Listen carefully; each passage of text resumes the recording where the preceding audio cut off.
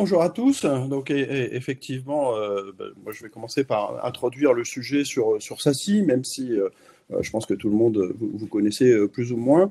Le premier constat qu'on peut faire, c'est qu'aujourd'hui, dans un contexte où, en termes à la fois de cybersécurité et de gestion des réseaux, on est dans un niveau de complexité assez élevé. Et on se rend compte que la problématique, c'est que justement, la complexité, c'est l'ennemi de la sécurité. Plus les environnements sont complexes, plus ils sont difficiles à maîtriser et à opérer, et plus il y a des risques d'erreur. Donc la problématique majeure aujourd'hui, en plus dans l'IT en général, et puis dans la cybersécurité en particulier, c'est un manque de ressources, hein, la difficulté de recruter des spécialistes, la difficulté de les retenir. Et donc il est très important je dirais, de pas gaspiller ces ressources, hein, de les préserver et d'optimiser leur usage. Donc effectivement, en supprimant un peu cette complexité. Donc ça, c'est quelque chose qui est extrêmement important et c'est une tendance générale, hein. On parle beaucoup de convergence depuis plusieurs années maintenant. Donc effectivement, on retrouve ces besoins de convergence autour de l'IT, autour des problématiques de connectivité et de sécurité. Alors, pour prendre un type d'exemple, ce qu'on pourrait dire, c'est que effectivement, quand on parle de convergence, on s'aperçoit que souvent, les domaines matures ont plutôt tendance à naturellement converger. C'est justement un signe de maturité. Et aujourd'hui, quand on parle sur le couple réseau et sécurité, on est effectivement dans cette tendance de convergence. Si on reprend un exemple il y a quelques années, hein, il y a maintenant, je dirais, un peu plus de 20 ans, tout le monde avait à la fois un téléphone, avait un agenda, souvent un agenda électronique, et puis un système d'alerting, un appareil photo, etc. Et puis, dans les années 2000, sont venus effectivement les smartphones avec cette idée de convergence, de faire finalement converger les différents outils de productivité que les gens avaient.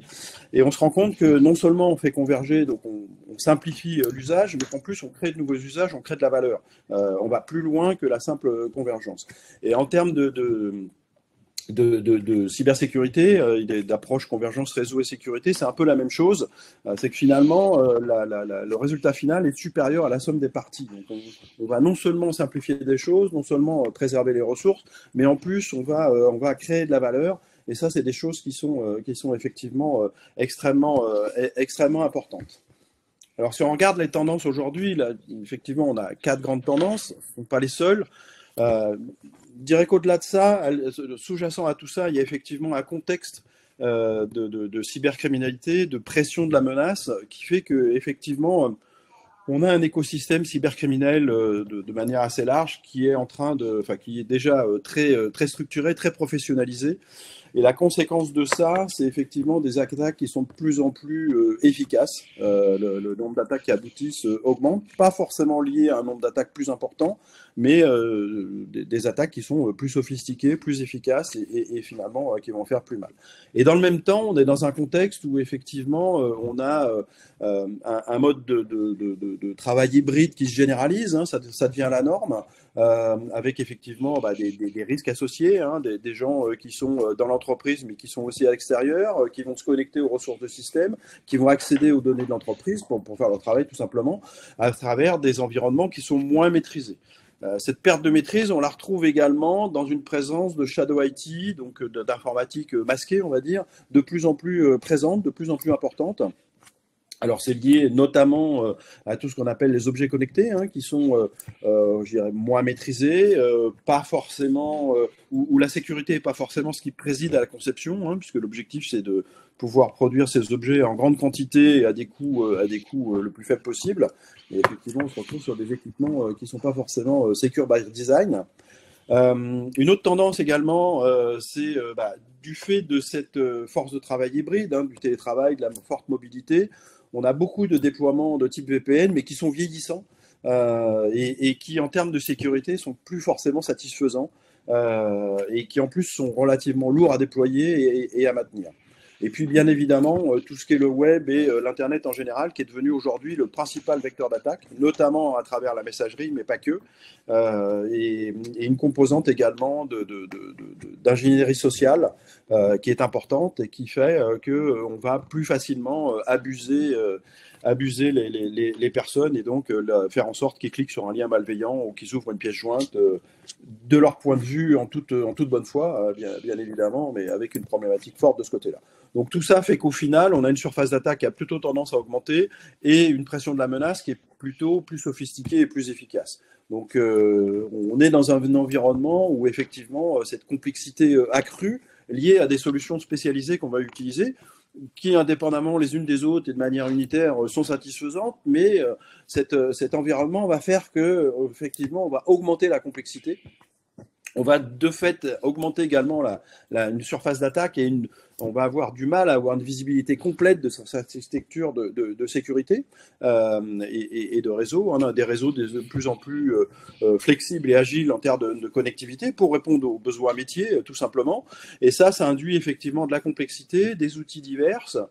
Bien évidemment, quand on utilise plusieurs outils, il faut former les gens sur plusieurs consoles, faire fonctionner ces consoles entre elles, les maintenir.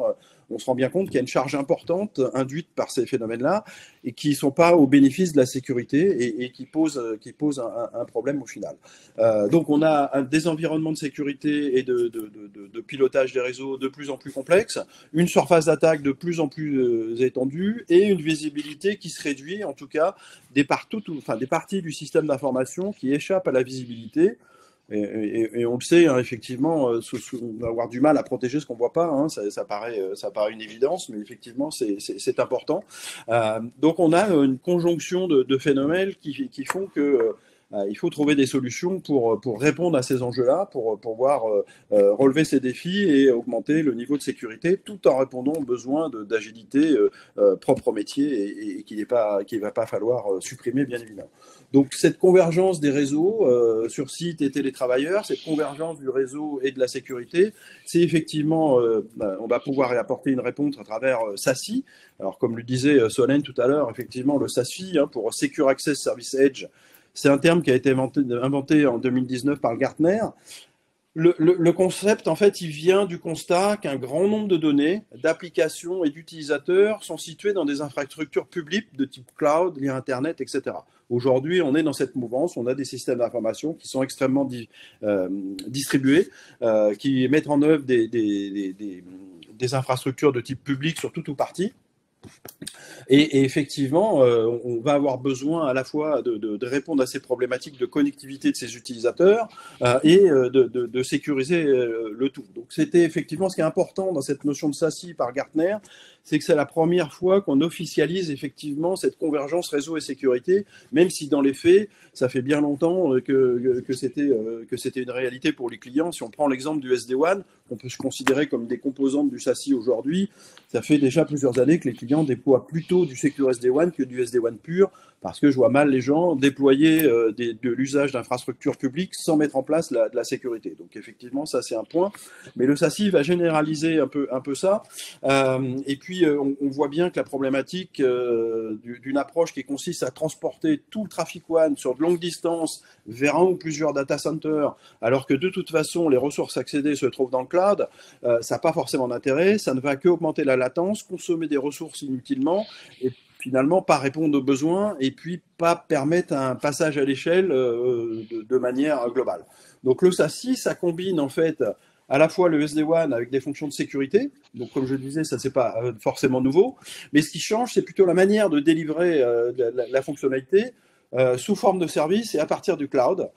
Donc voilà, on a vraiment cette convergence. Ce qu'on peut dire en fait, c'est que le SASI, c'est à la fois l'intégration d'un côté du SD-WAN et d'un autre côté de ce qu'on appelle le SSE, encore un terme barre noire, hein, le Secure Service Edge, donc la capacité de pouvoir servir des utilisateurs distants qui accèdent à des ressources diverses qui peuvent être dans l'entreprise mais également dans le cloud. Et aujourd'hui, elles sont souvent dans des clouds, hein, que ce soit des clouds publics, des clouds privés, mais également dans des clouds d'éditeurs à travers l'utilisation de logiciels en mode SaaS. Donc c'est cette convergence de tout ça.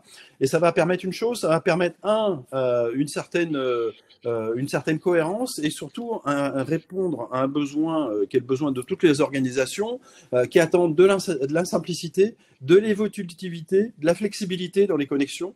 mais aussi de la sécurité et des latences faibles pour une sécurité sans compromis. On ne veut pas mettre en place des outils qui vont dégrader l'expérience utilisateur. Ce qu'on veut justement, c'est sortir de ces notions de concentration de flux et d'avoir quelque chose qui répond aux besoins tout en étant sécurisé. Donc le bénéfice de SASI, c'est ça, c'est réduire la complexité, permettre des opérations qui sont efficaces et optimiser, et puis évidemment réduire les coûts en réduisant tout simplement le nombre de produits et de fournisseurs.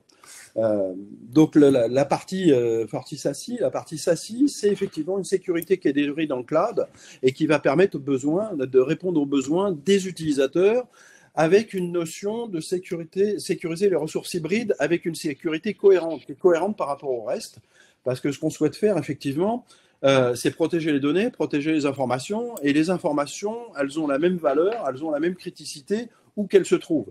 Qu'elles soient sur le poste de travail de l'utilisateur qui est dans l'enceinte de l'entreprise, qui est dans le poste de travail de l'utilisateur qui se trouve en situation de mobilité chez lui, en télétravail, à l'hôtel quand il est en déplacement, mais aussi quand elles sont en transit et quand elles sont stockées dans un data center de l'entreprise ou dans un cloud public. Donc on a vraiment ce besoin de cohérence de sécurité, assurer la sécurité de bout en bout et également assurer une bonne expérience utilisateur en finalement acheminant les flux à travers les liens les plus optimisés et à travers les moyens technologiques les plus adéquats en fonction justement de cette configuration où se trouve l'utilisateur, où se trouve l'application. Et aujourd'hui, c'est pas évident, on peut avoir de multiples combinaisons. Donc ça, c'est des choses qui sont importantes. Et puis le dernier point, ce qui évolue avec le SASI, c'est qu'effectivement, on parle de services.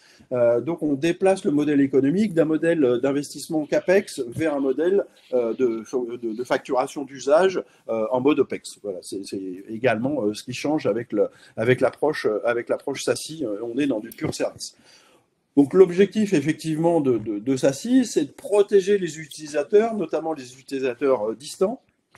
Donc on va pouvoir finalement d'un côté pouvoir répondre à cette problématique d'un utilisateur qui est n'importe où, qui est directement dans l'entreprise, qui est en situation de mobilité, qui accède à partir d'un poste de travail maîtrisé par l'entreprise, mais également potentiellement un poste de travail qui ne l'est pas.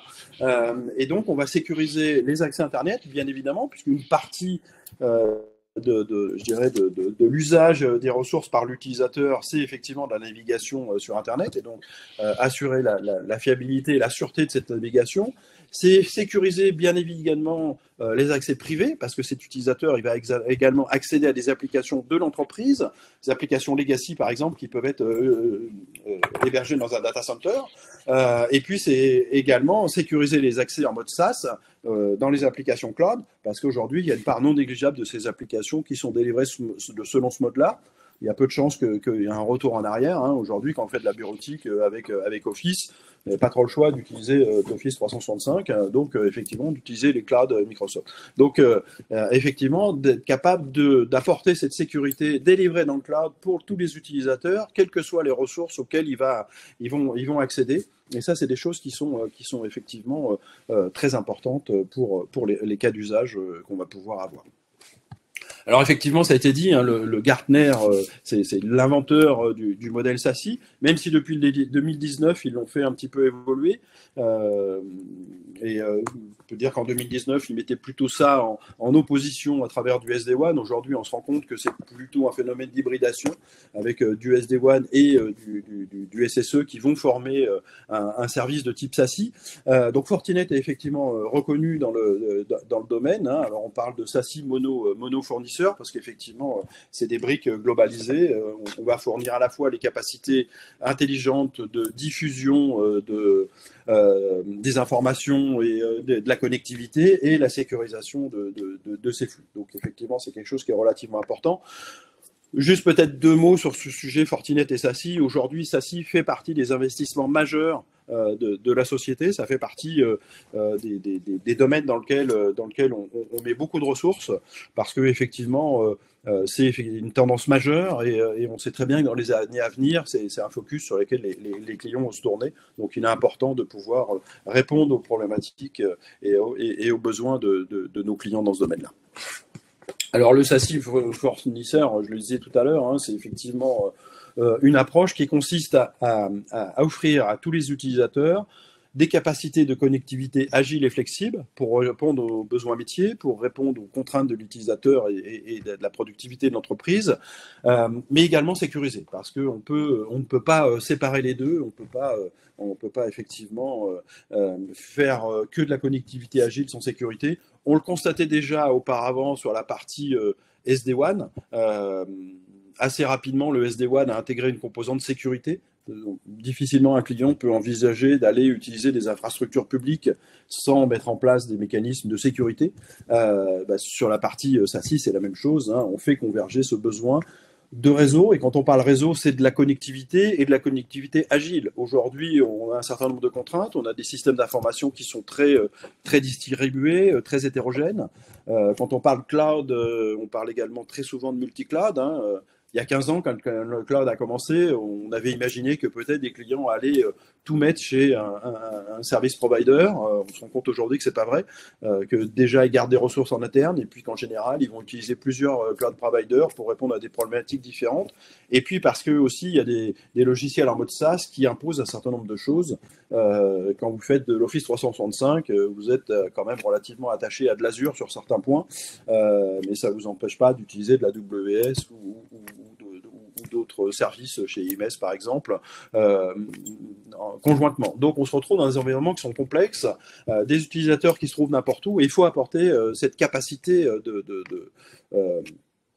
de connectivité agile et sécurisée. Et donc le SASI, c'est de la convergence, alors des convergences de fonctions réseau et sécurité, hein, comme je disais, et puis également une notion de sécurité cohérente dans le sens où peu importe où se trouve l'utilisateur, peu importe la ressource à laquelle il accède, en fonction de la criticité de la donnée qu'il va manipuler, eh bien, le niveau de sécurité doit être à un certain niveau, et indépendamment finalement des moyens d'accès et de l'endroit où se trouvent les unités de traitement. Donc ça, c'est quelque chose qui est important, et c'est la proposition de valeur de SASI en quelque sorte.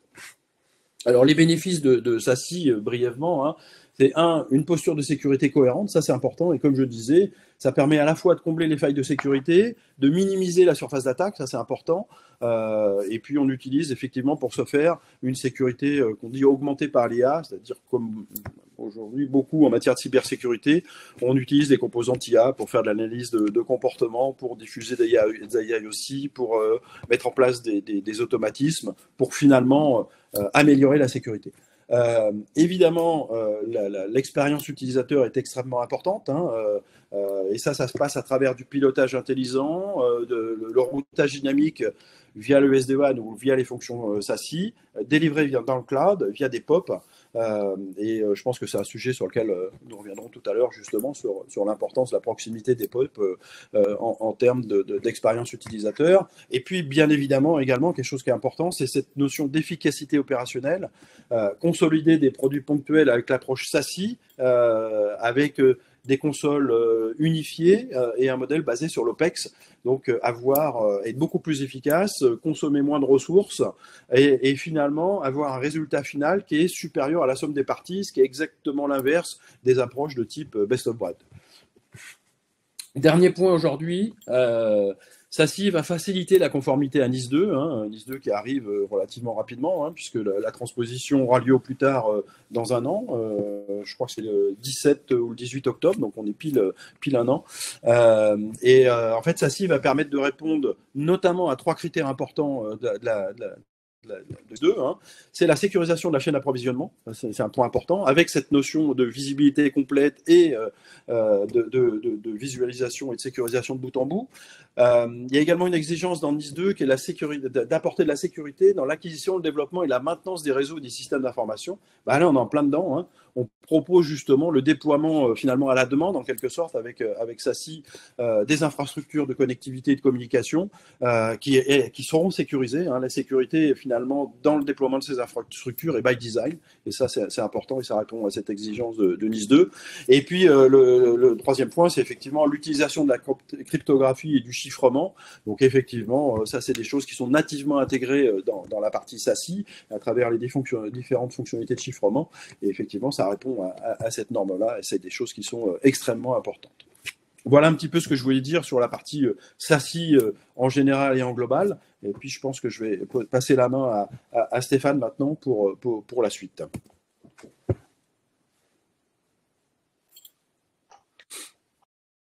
merci. Tu peux passer au slide suivant. Oui, alors, ce qu'on veut vous présenter aujourd'hui avec Christophe, hein, c'est évidemment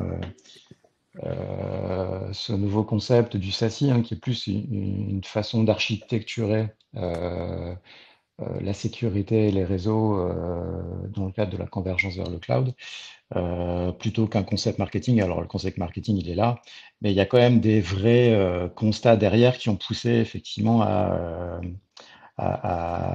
qui vont pousser les entreprises à aller vers ce genre de nouveaux types d'architecture. La question, c'est pourquoi? Pourquoi les entreprises, elles ont besoin de déployer une stratégie SASI et d'aller dans un type d'architecture comme le SASI? Le premier, effectivement, et Christophe l'a évoqué, hein, c'est euh,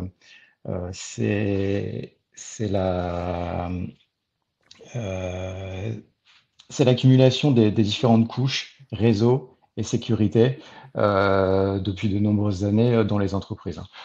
Je pense qu'en moyenne, on est à plus d'une quinzaine de consoles différentes pour gérer le trafic réseau, les différentes couches de sécurité.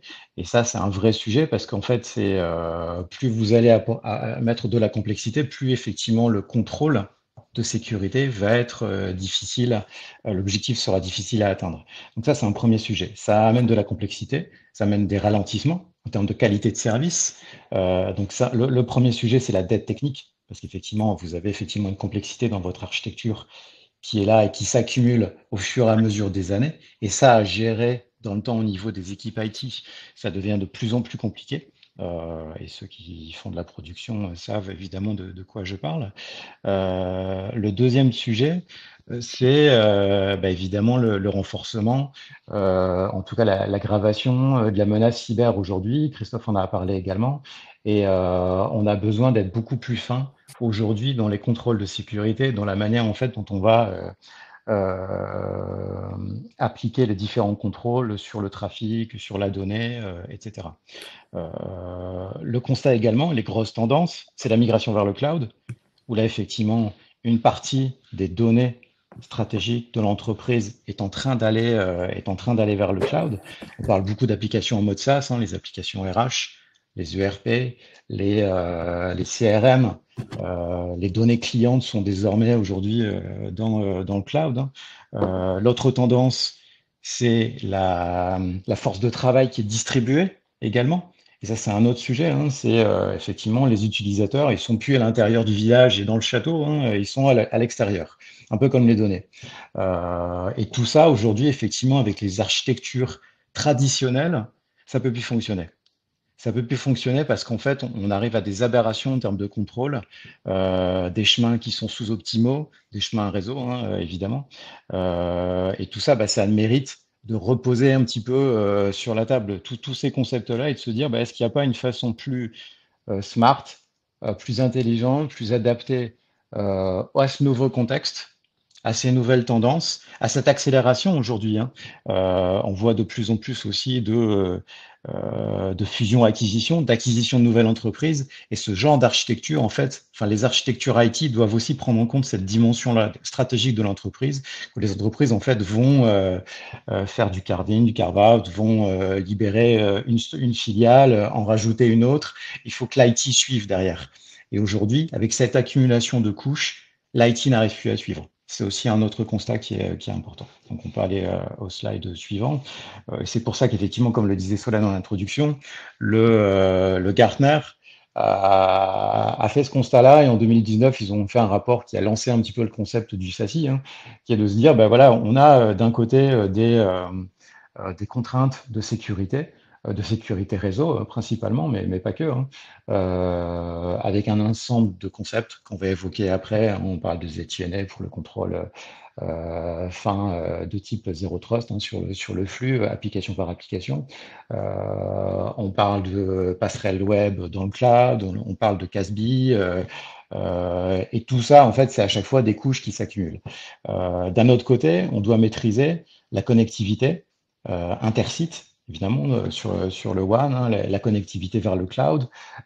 Et ça, Christophe l'a évoqué, hein, les notions de SD-WAN, de comment on applique la qualité de service sur le flux, c'est essentiel. Et les deux ne peuvent plus être réalisés chacun dans son coin. D'accord? C'est un petit peu là, et c'est évidemment un gros constat dans les entreprises aujourd'hui, hein, c'est la fragmentation, que ce soit technologique, mais même au niveau des équipes, est un frein aujourd'hui à la compétitivité dans une entreprise. Donc cette notion de convergence, elle vient aussi pour ajouter de la flexibilité, de la simplification, et aussi pour rapprocher et les concepts technologiques et les technologies, pour avoir une approche, on va dire, unifiée, hein, mais également les équipes. Parce que vous voyez bien que la conséquence de ça, c'est aussi un rapprochement des équipes, hein. On parle d'équipes réseau et de sécurité, travaillant ensemble quasiment autour d'un même ensemble de technologies, quoi. Et le Gartner a poussé un petit peu ce nouveau type d'architecture avec cette idée-là en tête, hein. Il y a un constat, il y a des difficultés aujourd'hui, il y a euh, des besoins d'être plus flexible en termes d'acquisition d'entreprise, des besoins de mieux contrôler évidemment les utilisateurs qui se connectent, les parties prenantes qui se connectent également, hein, les fournisseurs. Vous avez également des third parties qui se connectent à votre entreprise. Et ça, c'est important de pouvoir contrôler également qui se connecte, quand ils se connectent, qu'est-ce qu'ils font, à quoi ils ont accès, etc. Et ça, c'est un élément important et c'est d'autant plus important. Et on a évoqué quand j'étais déconnecté tout à l'heure la partie Nice 2. C'est un élément très important dans la directive Nice, hein, c'est comment en fait les entreprises qui seront en fait dans le scope de la directive Nice vont être à même de contrôler qui se connecte à leur système d'information, que ce soit évidemment leurs utilisateurs, mais également leurs fournisseurs, leurs différentes parties prenantes. Parce qu'effectivement, les vulnérabilités, elles ne viennent pas que, enfin, les attaquants s'attaquent également au niveau de la chaîne de sous-traitance, hein. Quelque chose qui est assez bien documenté, hein. Vous prenez les attaques type SolarWinds il y a quelques années, les attaquants se sont attaqués vraiment au niveau de la chaîne de sous-traitance et pas aux entreprises directement pour pouvoir déployer leur code. Donc ça, c'est important à avoir en tête. Donc, nouveau concept qui s'appuie sur des vrais enjeux métiers des entreprises. Je pense que tu peux passer à la slide suivante, Solène. La valeur ajoutée des architectures SASI, bon ça je l'ai évoqué, hein, c'est aller plus vite, plus loin, améliorer évidemment la performance, parce qu'il y a quelque chose qui est assez évident par rapport au slide que j'ai évoqué au début, hein, c'est que l'empilement des couches a un impact évidemment sur les performances, sur la latence, sur la simplification. Si vous devez, pour pouvoir autoriser un utilisateur à aller modifier des politiques de sécurité dans 5, 6, 7, 8 endroits différents, c'est qu'il y a un problème. Et on voit bien qu'effectivement, cette notion de dette technique, là, elle est là et elle pose des problèmes opérationnels en termes de ralentissement de l'activité. L'autre point, c'est évidemment renforcer la sécurité parce que la menace s'accroît. Et ça, effectivement, le fait d'avoir la possibilité de pouvoir avoir une vue unique sur le trafic, sur les contrôles en termes de connectivité qui sont appliqués sur le trafic, mais également sur la sécurité qui sera appliquée, c'est essentiel parce que ça va permettre en fait de réagir plus vite et de voir ce qui se passe en réel, hein, que ce soit sur les utilisateurs qui se connectent, que ce soit sur les connexions intersites, que ce soit évidemment sur les fournisseurs qui se connectent. C'est important d'avoir cette vision unifiée en termes de supervision et aussi évidemment en termes d'application de politique. Et le dernier aspect, c'est qu'il y a un volet évidemment de réduction des coûts, parce qu'effectivement, il y a des optimisations que vous pouvez chercher en fait en réduisant évidemment le nombre de briques que vous avez empilées depuis des années. Ça, c'est un enjeu également important, hein. Il y a la complexité, mais il y a également l'accumulation des coûts. Donc là, effectivement, le fait de se poser la question de remettre à plat un petit peu ces architectures-là et d'aller dans une démarche qui va vous permettre de déployer et de vous adosser à une architecture SASI, c'est essentiel également dans une perspective de réduction des coûts. Tu peux passer à la slide suivante, Solène. Et donc, par rapport à tout ce qu'on a dit jusque-là, hein, ce qu'on veut vous présenter aujourd'hui, hein, c'est effectivement un concept qui est assez unique pour l'instant, évidemment, en France. Hein, c'est c'est de s'appuyer sur une plateforme qu'on a un petit peu montée de A à Z et qu'on héberge dans nos moyens. Donc, qu'est-ce que j'entends par là? C'est qu'effectivement, un des points importants dans le SASI, hein, c'est de pouvoir s'appuyer sur un backbone réseau, donc c'est-à-dire sur des points d'accès réseau suffisamment importants pour pouvoir en fait vous permettre de vous connecter et d'utiliser le chemin le plus court. D'accord? Et donc, nous, IMS, on est effectivement historiquement un opérateur réseau avec des capacités de connectivité assez importantes tout au travers du territoire français. On l'évoquera après, hein. Et c'était important pour nous de pouvoir en fait utiliser ces capacités réseau en fait. Donc cette plateforme SASI, de quoi elle est composée? En gros, le principe, c'est quoi? C'est qu'on a pris effectivement on a travaillé avec notre partenaire Fortinet, hein, avec lequel on travaille depuis de nombreuses années, comme l'a évoqué Solène.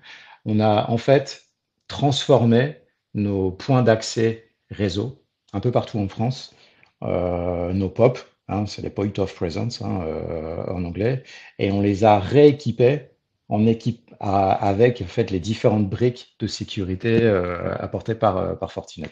L'idée, c'est quoi hein? C'est de pouvoir offrir une plateforme avec une maîtrise complète de bout en bout en fait de la donnée, c'est-à-dire que y compris effectivement le last mile, c'est-à-dire le trafic réseau qui va arriver chez vous. Hein. Donc on a vraiment une maîtrise de bout en bout sur toute la chaîne. On s'appuie évidemment sur des briques, que ce soit en termes de firewalling, de proxy cloud, de composantes un petit peu ZTNA qui sont complètement qui interagissent parfaitement. Hein. On n'est pas allé pour en fait associer des technologies qui ne se parlaient pas bien entre elles. Hein. Donc là, on a vraiment un socle cohérent qu'on a déployé, qualifié pour avoir une architecture très résiliente hein, en France. Et c'était important pour nous de pouvoir en fait avoir la maîtrise sur pas seulement sur la technologie, mais surtout en fait sur la donnée qui allait transiter et la donnée en fait qui allait être aussi à rest, hein, au repos. Et là, donc, si vous voyez sur le schéma, hein, nos POP, notre backbone réseau, on parque désormais en fait l'ensemble des briques Fortinet, que ce soit les briques pour réaliser en fait le SD-WAN, c'est-à-dire les interconnexions WAN définies par logiciel. Hein, donc ça veut dire qu'on a la capacité de pouvoir faciliter les connexions intersites au travers de notre backbone, au travers de ces fonctionnalités-là. Et on embarque en fait au-dessus de ça, au-dessus du choix en fait du chemin le meilleur entre vos différents sites, tous les contrôles de sécurité qui sont essentiels en fait à une architecture SASI. Comment en fait vous allez vous connecter à Internet, comment en fait vous allez définir les droits d'accès finement pour vos utilisateurs et pour vos partenaires quand ils vont devoir accéder à des applications à l'intérieur de votre réseau ou à l'extérieur de votre réseau, quand vos applications seront dans le cloud, avec les fonctionnalités de ZTNA, comment vous allez contrôler en fait les politiques de sécurité qui s'appliquent dans le cloud au travers du CASB. Tout ça, en fait, ce sont des fonctionnalités qu'on embarque de base au sein de notre plateforme, qui est, si on regarde un petit peu cette plateforme qui est également certifié ISO 27001, donc qui rentre un peu dans le. Et ça, c'est un point important, hein, parce on veut aussi proposer quelque chose qui soit résilient et de confiance. Et cette confiance, pour nous, elle passait également par le fait d'inclure dans le scope de notre certification cette plateforme. Donc, on a notre backbone hein, qui est certifié depuis 2015. Donc, c'est pas quelque chose qui est nouveau hein, chez nous, hein. C'est quelque chose qu'on a travaillé depuis des années. Et là, c'est juste la continuité avec notre partenaire hein, de pouvoir lancer cette plateforme de confiance. Pourquoi on l'appelle de confiance? C'est que on va pouvoir garantir à nos clients, donc nos clients, et en tout cas, on veut proposer, comme le disait Solène, cette plateforme aux entreprises de taille intermédiaire, hein, donc les ETI françaises. On veut pouvoir leur proposer en fait un service clé en main de bout en bout, en mode service manager, en OPEX, avec effectivement une supervision H24 et tout le service manager qui est associé, évidemment. Hein. On a également les interconnexions vers les différents cloud providers qui sont intégrés de base en fait pour pouvoir avoir des garanties de débit, de latence évidemment satisfaisants. Mais on le fait à l'échelle de la France. On n'a pas en tout cas pour ambition d'avoir une plateforme SASI mondiale comme d'autres acteurs. Ce qu'on souhaite faire là, c'est pouvoir répondre aux enjeux de sensibilité de la donnée, aux enjeux un petit peu de résilience également. Et avec cette plateforme-là, on va avoir la garantie en fait que elle va répondre aux enjeux de la directive NIS 2 en termes de sécurité des données, en termes de contrôle et sécurité des fournisseurs tiers qui se connectent à vos infrastructures. C'est aussi une garantie de conformité par rapport au RGPD. Ça, c'est un point également important, hein, parce que là, en fait, on va avoir la garantie, étant donné qu'on passe par nos moyens, par nos POP, de pouvoir en fait avoir un contrôle complet sur qui accède à vos données. Et donc ça, c'était un point important également dans cette plateforme-là. Je pense que j'ai à peu près tout dit sur cette plateforme-là. Les piliers, ça c'est important, hein, si vous prenez le premier point fort, hein, c'est qu'on, et ça revient un petit peu au concept du SASI, hein, c'est essayer d'imbriquer les différentes fonctionnalités de sécurité et de connectivité de la meilleure des façons pour pouvoir en faire le moins en tout cas de contrôler de manière la plus optimale le flux d'informations. Et ce schéma-là, il a pour but de montrer ça, celui qui est en haut à gauche, c'est de montrer qu'en fait, la donnée en fait, va être contrôlée qu'une seule fois et on va utiliser le chemin réseau le plus optimisé. A contrario d'une architecture, vous auriez empilé les couches et où en fait, pour accéder aux applications SaaS, beaucoup d'entreprises aujourd'hui sont obligées de repasser par leur data center pour réappliquer un contrôle et repartir après vers le cloud provider. Là, aujourd'hui, ce qu'on souhaite faire avec cette architecture, c'est contrôler le flux qu'une seule fois, enfin pas qu'une seule fois, mais en tout cas sur le chemin le plus direct vers l'application et vers la donnée. Le deuxième point fort, évidemment, c'est la résilience de notre backbone. C'est un backbone qui héberge des clients critiques et c'est le positionnement qu'on souhaite avoir avec cette architecture. C'est une architecture SASI de confiance à destination, enfin en tout cas qui est apte à pouvoir en fait sécuriser l'accès des clients les plus critiques en France. Et c'est le montage aussi qu'on a envisagé. Cette architecture, elle est très résiliente. On a au moins à chaque fois 3 POP par ville qui permettent en tout cas de pouvoir garantir une connectivité élevée. Je peux revenir peut-être un petit peu en arrière juste sur les 2 derniers points, Solène.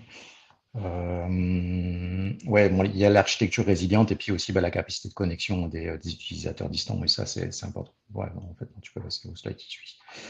Là, c'est une vue un petit peu de notre backbone national, avec effectivement 23 POP qui sont à Castres, à Toulouse, à Bordeaux, à Paris, à Sophia Antipolis et à Lyon, qui nous permet de couvrir avec évidemment les interconnexions vers les différents cloud providers, avec une résilience et un taux de disponibilité très élevé, hein, qui est attesté effectivement par les clients qui nous font confiance depuis le début de l'aventure.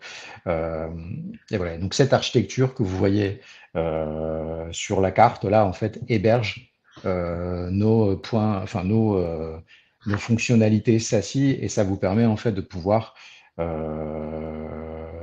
dans la mesure où cette architecture permettra également d'interconnecter vos sites, de pouvoir en fait effectuer et l'amélioration de la connectivité et l'application des différents contrôles de sécurité où que vous soyez en France en fait. Voilà. Je peux passer à la suivante. Donc les fonctionnalités, je les ai abordées rapidement, mais c'est l'ensemble des fonctionnalités réseau de l'architecture SASI, donc ça c'est important, principalement le SD-WAN, avec effectivement la capacité de pouvoir déployer des accélérateurs WAN, des choses comme ça. Sur les briques de sécurité, les briques de firewalling de nouvelle génération, évidemment. Les briques qui permettent de pouvoir contrôler les accès à Internet, au travers de proxy cloud, hein, les Secure Web Gateway. La partie ZTNA qui est vraiment importante, hein, c'est une des clés parce que elle doit venir vous apporter en fait un des principes qui est important en sécurité, c'est ce qu'on appelle le principe du privilège moindre. C'est-à-dire qu'en fait, en sécurité, vous devez essayer de réduire, au lieu de donner accès à tout, vous devez donner uniquement accès à ce qui est nécessaire pour le travail de vos collaborateurs. Et le ZTNA, en fait, vient répondre à ça, à contrario d'un VPN qui vous donne l'accès complet à un LAN, par exemple. Et donc, vous présupposez que l'accès derrière est contrôlé par d'autres moyens. Là, le ZTNA, en fait, va venir vous créer un tunnel qui vous permette de donner l'accès à une application donnée, etc. Et donc, ça doit permettre effectivement de réduire la surface d'attaque, les accès que vous allez donner et les accès que vous allez donner en fait à vos utilisateurs ou vos fournisseurs. Vous allez pouvoir le faire application par application, service par service. Le CASB, évidemment, ça c'est un des points importants, hein, que ce soit inline ou via API. Et ensuite, les piliers qui sont importants dans l'architecture SASI et qu'on propose au travers des fonctionnalités de notre partenaire Fortinet, hein, c'est une console centralisée qui nous permet effectivement de pouvoir en fait contrôler de manière unifiée en fait le trafic, la sécurité et de pouvoir réagir évidemment en conséquence, hein, et de pouvoir, et ça c'est le troisième point, de pouvoir en fait faire des modifications au travers de politiques uniques. Vous n'êtes pas obligé d'aller modifier dans X consoles différentes la configuration qui permet de pouvoir faire telle ou telle autorisation. Et le deuxième point important, c'est la partie API, c'est l'interconnexion parfaite, très évoluée en fait, des différentes fonctionnalités qui permet en fait de pouvoir avoir des contrôles unifiés, comme je l'ai montré sur le slide précédent en fait, où on va pouvoir en fait sur un flux de données contrôler le trafic, lui appliquer la politique d'accès, vérifier évidemment au préalable l'identité de l'utilisateur, etc., etc. Et ça, sans API, en fait, vous ne pouvez pas le faire parce que les composants ne vont pas se parler. Là, le fait d'avoir effectivement cette ouverture permet de pouvoir faire en sorte de pouvoir faire parler en fait les applications les unes avec les autres. Et c'est un point très fort. Voilà. Peut-être le dernier slide. Donc les bénéfices que les entreprises peuvent évidemment attendre, hein, c'est évidemment optimiser le trafic vers le cloud et le sécuriser. Mais ça, on en a parlé. Évidemment, c'était un des gros points forts, hein, en tout cas de ces architectures, c'est de faciliter le contrôle vers les applications qui sont dans le cloud, hein. Et ça, c'est essentiel. Vous pouvez, enfin, en tout cas, c'est très difficile de le faire de manière traditionnelle. Donc, il faut vraiment avoir une approche un peu plus évoluée comme le SASI. Et idem pour les utilisateurs qui se connectent à distance. Christophe en a parlé, hein, les VPN arrivent un petit peu en bout de souffle. Et le fait de dire j'ouvre un accès sans savoir le contrôle qui sera fait derrière n'est plus acceptable aujourd'hui, hein, avec la menace. Et de nombreuses attaques, en fait, se passent avec une compromission de la passerelle VPN. Donc, on voit bien qu'en fait, il faut aller au-delà de ce concept qui a bien vécu, mais qui, à mon avis, arrive un petit peu en bout de course. Il y a une démarche de simplification qui est importante. Et ça revient un petit peu à la dette technique que j'ai évoquée tout à l'heure, avec l'accumulation des couches que j'ai évoquées également, et que Christophe a évoqué également. Et ça, c'est important, c'est que la simplification de l'architecture et de ces différentes composantes en fait va vous permettre en fait de libérer du temps tout simplement pour vos équipes IT. Ça vous permettra évidemment de faire des économies, hein. Alors c'est pas magique, ça paraît magique ce que je dis, mais il y a un vrai enjeu de pouvoir en fait faire converger tout ça pour simplifier vos architectures. Et ça peut être fait sans Big Bang, hein, ça peut être fait évidemment progressivement. Vous n'êtes pas obligé de mettre tous vos œufs tout de suite dans le même panier, hein, mais de s'inscrire dans cette démarche, ça me semble important, en tout cas dans une démarche de simplification et de réduction des coûts. Simplification de l'architecture, mais également du travail de vos équipes IT. Bon, il y a une réduction de la latence globale, ça c'est un autre point important. Il y a un dernier point, et c'est effectivement l'aspect protection des données qui est importante, la maîtrise de la donnée, la conformité à la loi. Là, c'est une architecture qui va vous permettre en fait de faciliter la conformité de votre organisation et de votre système d'information, que ce soit à la directive NIS 2, si vous êtes effectivement dans le scope de la directive. Vous allez le savoir prochainement, hein, parce qu'elle va être transcrite, en tout cas c'est avant octobre 2024, la transcription dans le droit français. Donc ça arrive vite. Et deuxièmement, c'est la conformité au RGPD qui est également un élément clé pour les organisations. Et le fait d'avoir cette maîtrise-là, en tout cas, on pense que ça peut trouver un certain écho dans l'écosystème des ETI françaises. Voilà. Merci à tous les deux, Christophe et Stéphane, pour vos présentations. C'est le moment de passer aux questions. Donc, on avait une question sur l'ouverture de la plateforme à d'autres plateformes SASI. Est-ce qu'il serait possible de connecter la plateforme SASI de confiance IMS Networks avec une plateforme partenaire SASI Fortinet à l'échelle internationale ou même à d'autres éditeurs? Et quelles seraient les contraintes? Alors, je ne sais pas si tu veux commencer, Christophe, ou je peux répondre. Il y aurait plusieurs moyens de faire. Hein. Oui. Il y a soit le modèle le plus intégré, ça serait d'interconnecter. Il y a forcément, si on parle de nos concurrents, hein, des offres concurrentes, il y a forcément derrière la plateforme de notre concurrent un backbone réseau qui héberge tout ça avec des data centers, etc. Un des moyens, c'est d'étendre, en tout cas, c'est d'interconnecter finalement notre backbone avec le leur en mettant effectivement les contrôles qu'il faut pour pas perturber le trafic des deux côtés. Mais c'est en tout cas de créer une forme de peering entre les deux pour pouvoir faciliter l'interconnexion. Soit ça, soit c'est tout simplement en fait de le faire comme on rajouterait une brique tierce au dispositif. On pourrait très bien imaginer que notre plateforme en tout cas que le client ait déjà, par exemple, je ne sais pas moi, sa solution de ZTNM, il souhaite uniquement passer par les fonctionnalités chez nous de SD-WAN ou de protection des accès vers le cloud, en tout cas de proxy cloud, ça serait possible, ça serait complémentaire, ça veut dire qu'en fait les call API se feraient de manière inter-plateforme, d'accord, mais ça serait envisageable. Je ne sais pas si tu veux rajouter des choses. Non, c'est ça, tu l'as dit, hein, le SASI c'est basé sur des mécanismes de POP qui font à la fois le routage réseau, le traitement de la sécurité et le peering avec les différents services. Donc rien n'empêche d'un point de vue technique de connecter le backbone IMS avec un autre backbone, par exemple celui de Fortinet, hein, pour avoir une couverture internationale. Et même chose, on peut mixer les fonctionnalités avec des fonctionnalités tiers. Après, il faut quand même se méfier une chose, c'est qu'on parle souvent de SASI mono-fournisseur ou single vendor SASI. L'intérêt justement du SASI, c'est cette simplification et le fait de tout héberger au sein d'une même plateforme, d'avoir un point unique de gouvernance et avoir une visibilité de bout en bout.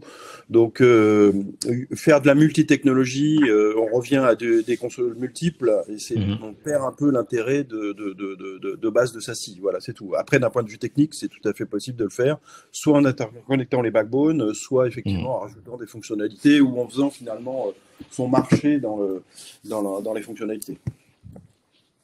Ok, autre question, comment on fait pour opérer la transformation et aller vers cette convergence quand on a déjà des contrats avec des plateformes, avec des éditeurs qui ne sont pas terminés?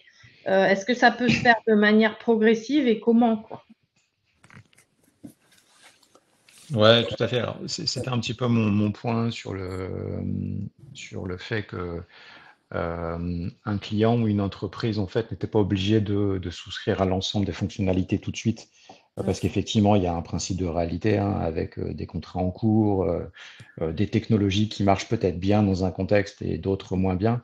Donc, il y a forcément un mapping à faire au niveau du client. Et ça, effectivement, nous, IMS Networks, on peut les accompagner en termes de conseils et de prestations ad hoc, hein, pour pouvoir en fait auditer, regarder un petit peu ce qui fait sens et quelle démarche en fait déployer en termes de roadmap pour se dire qu'effectivement à l'échelle 6 mois, 12 mois, 18 mois, 3 ans, voilà un petit peu la démarche qui permettra d'aller en fait vers une architecture SASI complètement unifiée. Et on est capable d'y aller pas à pas, en démarrant par le SD-WAN ou en démarrant par certaines briques de protection vers le cloud. Et ensuite, derrière, on réintègre les briques qui manquantes au fur et à mesure, hein, en fonction effectivement de contraintes opérationnelles des entreprises, les échéances de contrats ou d'autres contraintes. En tout cas, c'est ce qu'on pourrait préconiser, évidemment.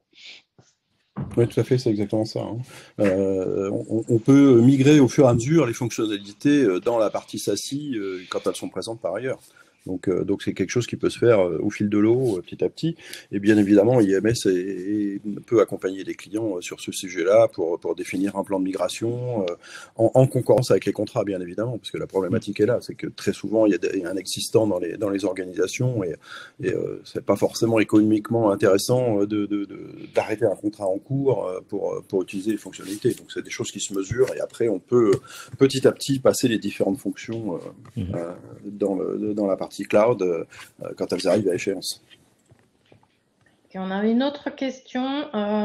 Quels sont les critères d'un SASI pertinent?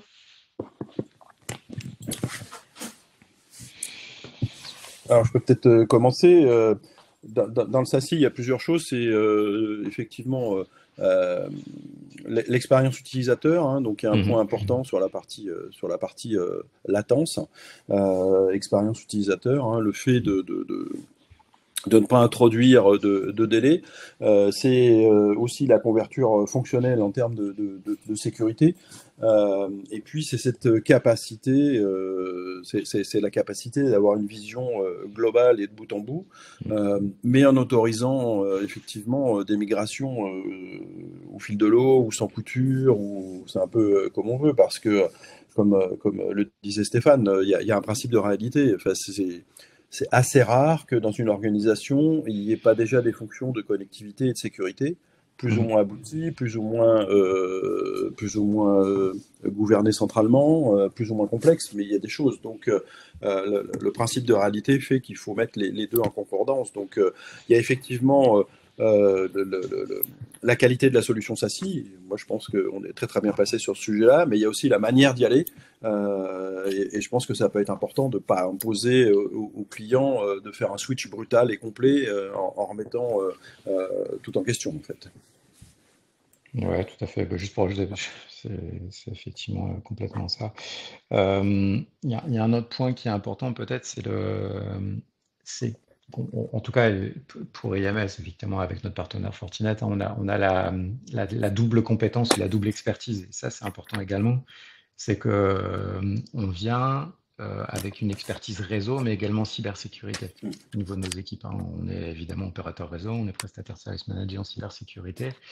Et on monte cette architecture avec des compétences et des expertises en fait des deux côtés. Et ça, c'est important, c'est qu'on connaît les contraintes des deux mondes. On vient évidemment des télécoms, on opère des SOC pour nos clients. Donc, on a cette connaissance métier des deux côtés qui fait qu'effectivement, on va avoir la capacité de pouvoir accompagner en fait la migration progressive de nos clients, de nos futurs clients dans ce genre d'architecture. Et ça, c'est important aussi, c'est le qui vous accompagne est important. Et les SASI est un sujet qui est quand même assez complexe, vous l'avez vu, hein, avec les différentes briques qu'on a évoquées, et la complexité même contractuelle qu'on vient d'évoquer également, fait que ce sujet n'est pas simple à adresser.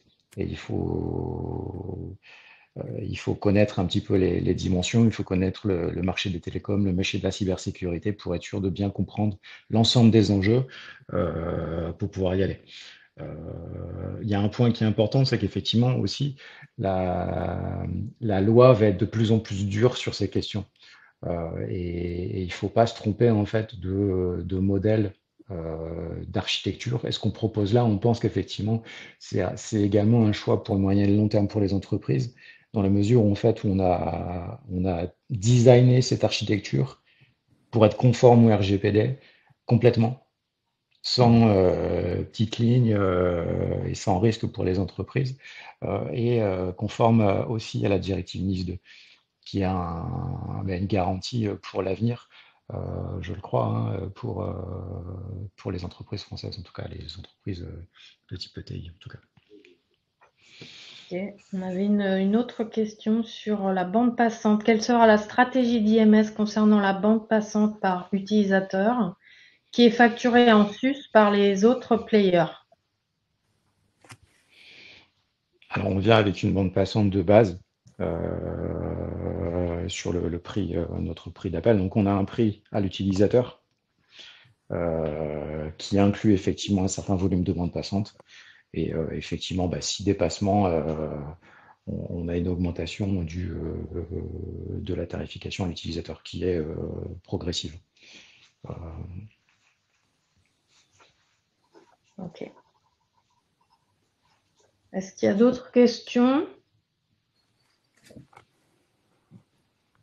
On avait une question sur l'offre, est-ce qu'elle sera sous forme packagée ou offre à tiroir, mais je pense que vous y avez déjà répondu. Bon, s'il n'y a pas d'autres questions, on va s'arrêter là. Merci beaucoup à nos deux intervenants, donc Christophe Aubert. Merci à tous. Et Stéphane Chmielewski. S'il y a d'autres questions, n'hésitez pas à nous faire signe et on fera en sorte d'y répondre. Bon appétit. Au revoir. Merci à tous.